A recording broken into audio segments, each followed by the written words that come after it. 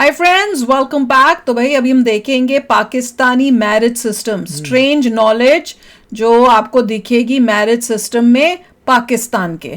तो चलो वीडियो शुरू करते हैं। वीडियो शुरू करने से पहले अगर आप चैनल पर नए हो और आपने अभी तक सब्सक्राइब नहीं किया तो जल्दी से पहले सब्सक्राइब के बटन और बेल आइकन को क्लिक कर लो ताकि आपको हमारे सारे न्यू वीडियोस के नोटिफिकेशन मिल जाए जैसे हम अपलोड करें। अगर आपको वीडियो पसंद आता है प्लीज लाइक एंड शेयर। चलिए शुरू करते हैं। अगर आपको ऑफर हो चाचू और मामू की तरफ से शादी की तो आप किधर रिश्ता करवाना पसंद करेंगे? अच्छा, चाचू तो मेरे है नहीं है तो वो वाला तो साइड गई तो मामू के बच्चे छोटे छोटे हैं तो उनकी तरफ हो नहीं सकता।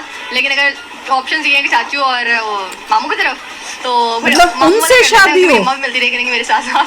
वाह क्या सीन है,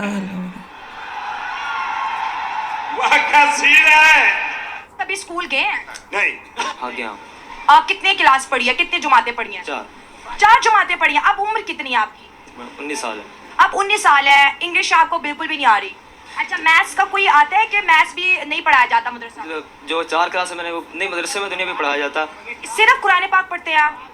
सिर्फ। इसके अलावा कोई साइंस की बुक, मैथ की बुक, इंग्लिश की बुक? क्योंकि सुनने में आता है कि मदरसों में हमने सिलेबस भी लगवा दिया। हाँ, पढ़ाया जाता है अक्सर मदारिस में अक्सर पढ़ाया जाता है, लेकिन आपके वाले में नहीं पढ़ा रहे। नहीं। एक लाइन में ऐड करूंगी, वो कहते हैं हम औरत सिर्फ उसी को समझते हैं जो हमारी 4 दीवारी के अंदर होती है, बाकी सबको तो सिर्फ हम एक गोश्त का टुकड़ा समझते हैं और उसके सामने भूखे कुत्ते की तरह कहते हैं कि अब बिरयानी की प्लेट है, अब बिरयानी की प्लेट सामने आएगी तो हमें भूख लगेगी। तो उनको यही कहना चाहिए ना, इसका मतलब है हम कुत्ते ही हैं जो भूख, आपको गोश्त देख के तो भूख लग जाती है। सो बेसिकली वो अपने आप को डॉग ही कह रहे हैं कि हम कुत्ते हैं। बिरयानी की प्लेट को बुरका भी बना दो, वो फिर भी स्कैन कर ही लेंगे। इनके लिए सारी चीजों से बढ़ करके सेक्स है। इनके लिए सारी चीजों से बढ़ करके है कि जब औरत बिस्तर पर नीचे आती है तो वो ये सोचते हैं कि मैंने औरत को दबा दिया, अब औरत मेरे से नीचे हो गई है, तो ये उनका मेंटल सेटिस्फैक्शन। लेडी को तो एक ही एंगल है। जय दोस्तों, जैसे हम तो भाई वीडियो बात कर रहे हैं फॉर मैरिज सिस्टम और कजन मैरिज की। देखिए, जब मैं भी एक वीडियो देख रहा था, जाकिर हुसैन ने बोला कि श्री रामचंद्र के पिताजी उनकी भी 3 पत्नियां थी, ठीक है, कौशल्या, सुमित्रा और कैकेयी।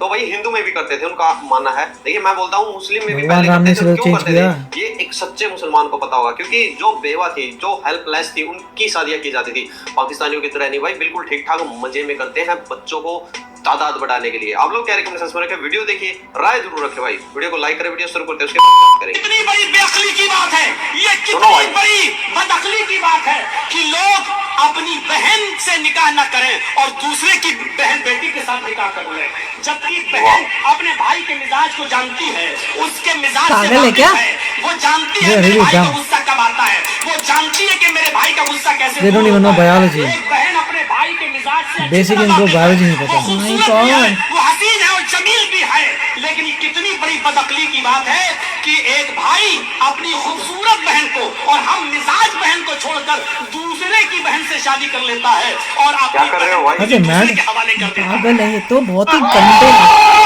और वर्ड पता है वर्ड क्या यूज करने का मन कर रहा है? मारो मुझे, मारो मारो मुझे, मारो मारो। नहीं, ये मजाक हो रहा है, एक सेकंड यार, मजाक हो रहा है। कजन मैरिजेस के बारे में क्या ख्याल है? अगर कजन का प्रपोजल आता है एक्सेप्ट कर लेंगे? बड़े खूबसूरत आए हुए हैं, क्या करें?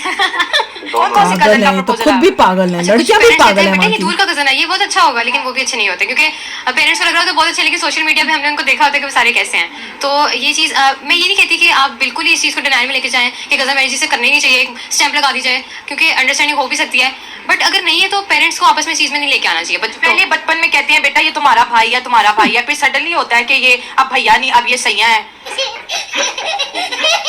चीप है सही है, जो इतना बड़ा एक जंप हमें करवाते हैं कजन मैरिजेस में, क्या दिल के जज्बात होते हैं उस टाइम? फिर शादी के बाद अचानक मुंह से भाई निकल जाए तो उससे भी मसला होता है। कि भाई की हाँ बिल्कुल ऐसे ही है। इंसान के अंदर तो बचपन के अंदर ही मंगनियां हो जाती हैं, इस कजन के साथ ये तुम्हारा रिश्ता हो गया। जब बड़े होते हैं फिर उन्हें पता चलता है कि जिनको हम भैया भैया कह रहे थे अब वो सैया सैया हो गए। सही बात है, आपने ठीक कहा, लेकिन तो बिंदी नहीं लगाई हुई। बचपन में क्यों करनी है? बड़े होकर किसी और को पसंद करो, बचपन किसी और को पसंद करें तो बड़े होकर किसी और को पसंद करेंगे, तो कजन मैरिज नहीं होनी चाहिए। वैसे इंडिया के अंदर भी जो है वो इस चीज को बाइकआउट कर रहे हैं कि कजन मैरिज नहीं होनी चाहिए। आप इस पे क्या कहें? पागल है क्या? इंडिया में कभी नहीं होती। पागल है क्या? मर्द को इजाजत दे दिया कि वो पहली बीवी की इजाजत के बगैर दूसरी शादी करे, तो ये कैसा फैसला है? क्या ये इजाजत देनी चाहिए थी? हाँ नहीं, इजाजत तो नहीं देनी चाहिए थी, लेकिन बर्दाश्त तो नहीं होता। लेकिन मैं कहती हूँ कि इस्लाम के मुताबिक तो चले ठीक है, लेकिन ये भी रूल इस्लाम में होना चाहिए कि बीवियां भी 2 बंदे रखें। फिर ठीक है, बंदे बर्दाश्त कर रहे हैं, हम लोग बर्दाश्त कर रहे हैं, तो फिर बंदे भी बर्दाश्त करें। हंसते हैं ये लोग, ये सोच सुन क्यों बर्दाश्त बोल नहीं के कर सकते? इस्लाम का फैसला है, एक अच्छी बात है। अगर किसी जरूरत के तहत अगर मर्द 4 बीवी की जरूरतें पूरी कर सकता है तो ये कर लेना चाहिए उसे। क्यों कर मार लेना चाहिए, हम लोग मारेंगे या पहले या किस लिए का लेके आते हैं जो दूसरे की जरूरत पड़ी। औरत तो औरत ही है, एक भी औरत है, दो भी औरतें हैं, लेकिन ये मैं कहती हूँ कि इनको चाहिए कि इस्लाम में तो है, लेकिन ना उनको चाहिए कि ना ये भी अलाउ कर दें, इस्लाम भी से ये रिक्वेस्ट है अलाउ कर दें कि बीवियां भी 2 बंदे रखे, फिर देखेंगे मर्द बर्दाश्त करते हैं कि नहीं। अगर आपके खामन आपकी इजाजत तो है ही नहीं वैसे भी अब, और अगर आपके खामन दूसरी शादी कर लेते हैं तो आप क्या करेंगे? कर लेना, फिर हम लोग भी दूसरे ढूंढ लेंगे यही हो सकता है। एक सदियों से रीति चली आ रही है अंबर के मुस्लिम लड़कियों को जानबूझ करके पढ़ने नहीं दिया जाता था, जानबूझ करके उनको घर में बिठा कर रखा जाता था। आज जितने भी हमारे दोस्त में अभी हमारी पढ़े लिखेंगे तो अक्ल आ जाएगी ना भाई। सोशल में या फ्रेंड्स में जो नॉन मुस्लिम्स हैं उनकी भी यही शिकायत है। आप कह रही थी कि वो लोग सही से जवाब नहीं देते हैं। अभी आप मुझे बताइए कि अजमेर में बलात्कार हुआ था 1992 से लेकर के 2007 तक वो मैटर राजस्थान हाई कोर्ट में चला था और सुप्रीम कोर्ट तक गया। तो इसका क्या जवाब होगा इन चटिंगबाज दाढ़ी टोपी वालों के पास? इनका तो कोई जवाब ही नहीं होगा। क्या मतलब? 4 शादियां दरगाह को बदनाम कर रहे हैं अजमेर को।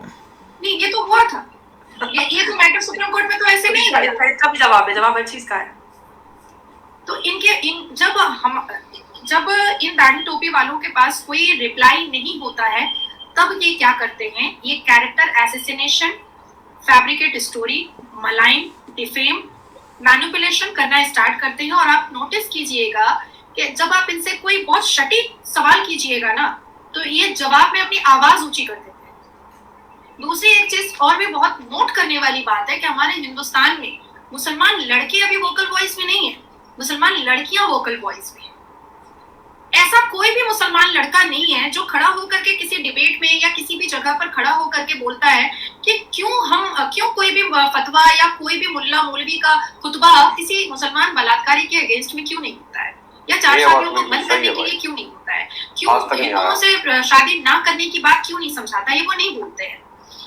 लेकिन लड़कियों को हिजाब पहनाना है, लड़कियों को अपने काबिल को मिजाजी खुदा समझना है, ये सारी चीजों की तंबियां हम लोगों को मिलती हैं। और जब हम इस पर क्वेश्चन अराइज करते हैं तब इनको बुरा लगता है और तब फिर ये हम लोगों का कैरेक्टर एसेसिनेट। भैया इनकी तो सोच इतनी गंदी है, इतनी गंदी है। अपने ही भाई कह रहे अपनी बहन के साथ, इनको तो पता नहीं कैसे देखिए इनको इस ऐसे इन्वायरमेंट में किया हुआ है कि उनको इसमें प्रॉब्लम ही नजर नहीं आती। हाँ।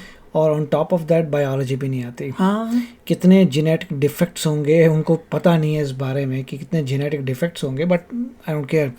पॉइंट ये है कि पूरा का पूरा इतना मुझे पता नहीं कि पाकिस्तान में क्या सभी ऐसा सोचते हैं कि अनपढ़ लोग हैं जो यूट्यूब में दिखा रहे हैं वही है, सोचते हैं कि ये ऐसे ही बोल देते हैं कि वाकई में इनकी 98% एटलीस्ट जो है पॉपुलेशन यही सोच मुझे पता नहीं सिर्फ यूट्यूब में दिखाने के लिए ऐसे दिखा रहे हैं कि मैं तो ये भी नहीं कर सकती कोई इतने घटिया हो। और वो जो बैठ के लड़कियां ही बैठ के इंटरव्यू ले रही हैं और लड़कियों से ले रही हैं, दोनों ऐसे हंस के बातें कर रही हैं। मतलब ये कोई बात हंसने वाली है?